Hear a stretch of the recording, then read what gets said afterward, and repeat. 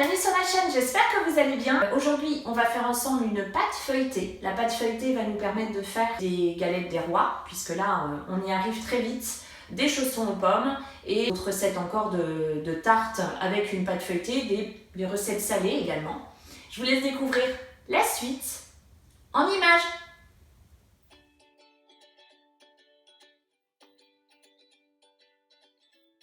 Réaliser la pâte feuilletée, j'ai besoin de farine, on va faire moitié-moitié T55, T45, de 5 g de sel, de 125 g d'eau minérale de préférence, de 175 g de beurre de tourage type Poitou-Charentes AOP. Je commence par verser la farine dans la cuve de mon robot, le sel et je termine par l'eau. À l'aide du crochet, je vais venir pétrir en vitesse moyenne quelques minutes pour incorporer l'eau à la farine.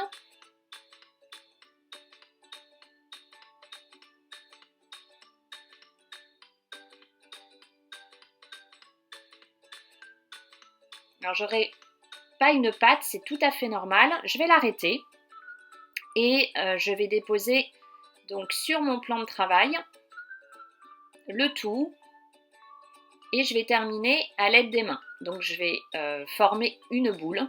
Donc au début c'est très sableux, c'est normal. Et petit à petit, en appuyant, on va venir incorporer l'ensemble. Je forme une boule. À l'aide d'un couteau, je vais venir inciser en faisant une croix. Donc j'appuie bien.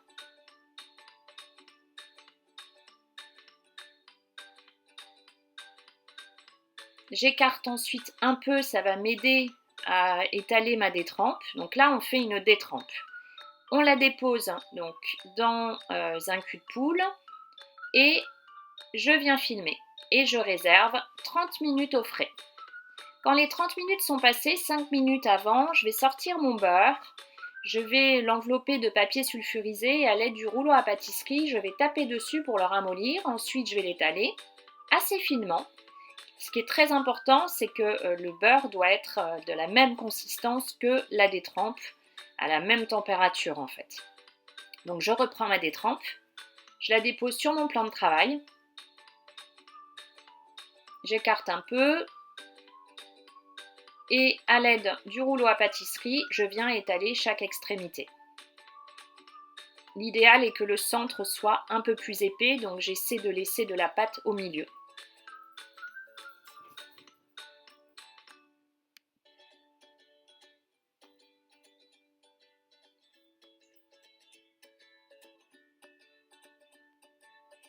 Donc j'étale pour pouvoir insérer mon beurre à l'intérieur. Donc je vérifie que ce soit la bonne dimension. Là, en recouvrant, il va être complètement caché. Donc c'est ce qu'on recherche. Je dépose mon beurre et je viens le recouvrir complètement. Je rabats à chaque extrémité. J'appuie bien maintenant sur les côtés, je ferme bien ma pâte. Donc la détrempe doit être complètement fermée pour que le beurre ne s'échappe pas. C'est très important. J'appuie un peu partout. Et je vais venir tapoter à l'aide du rouleau à pâtisserie pour venir souder ma pâte. Je farine un peu mon plan de travail. Et à nouveau, je viens tapoter un peu.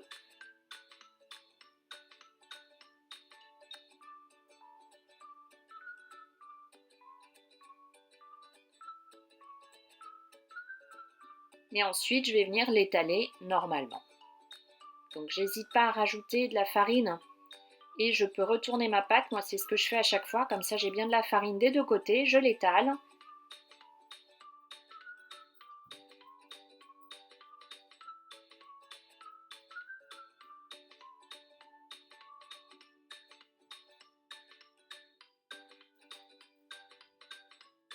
Et ensuite je vais faire mon premier tour simple. Donc je rabats ma pâte de chaque côté.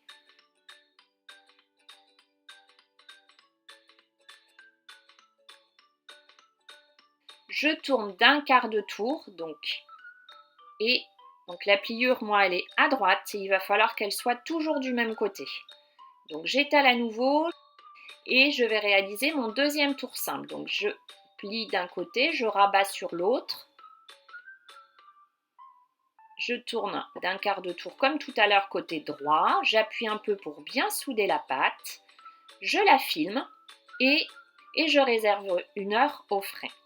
Quand l'heure est passée, je reprends ma pâte, je mets toujours donc la pliure côté droit, ça c'est important comme je l'ai dit tout à l'heure, et à nouveau, je viens l'étaler comme précédemment. J'ajoute toujours de la farine si ça colle un peu. Alors pareil, si on a trop de farine sur la pâte, on n'hésite pas à l'aide d'un pinceau ou d'une brosse à enlever le surplus. Allez, là je recommence, je fais mon 3e tour simple, comme tout à l'heure. Pareil, un quart de tour et je mets ma pliure toujours à droite. Je l'étale à nouveau, je rabats la pâte comme tout à l'heure et je la replie dessus. Et là, je vais venir faire 4 empreintes. Donc j'ai fait 4 tours simples.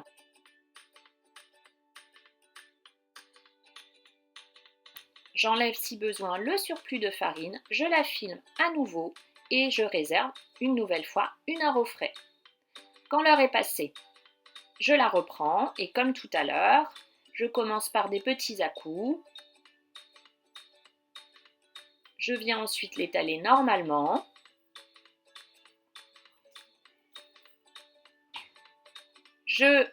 Donc moi je la retourne à chaque fois pour bien mettre de la farine des deux côtés. Je l'étale. Si besoin, on remet de la farine toujours si jamais elle colle. Et je vais pouvoir faire mon 5e tour simple quand je l'aurai étalé complètement. Donc je recommence, je rabats. Ensuite, la deuxième extrémité, je la rabats au-dessus. Et encore une fois, je retourne ma pâte d'un quart de tour, je la tourne et je mets ma pliure toujours du côté droit. Donc là, j'en suis à 5 tours. J'étale ma pâte encore une dernière fois. Si besoin, je remets de la farine. Je l'étale bien. J'essaie d'avoir un rectangle le plus possible. Moi, je la retourne toujours, je l'étale dans les deux sens, enfin les deux côtés de la pâte. J'enlève si besoin le surplus de farine et je fais mon dernier tour simple. Et j'en suis donc à 6 tours simples.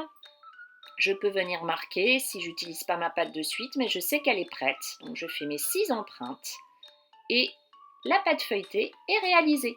On va pouvoir ainsi faire des galettes, des chaussons aux pommes, tout ce qu'on aime.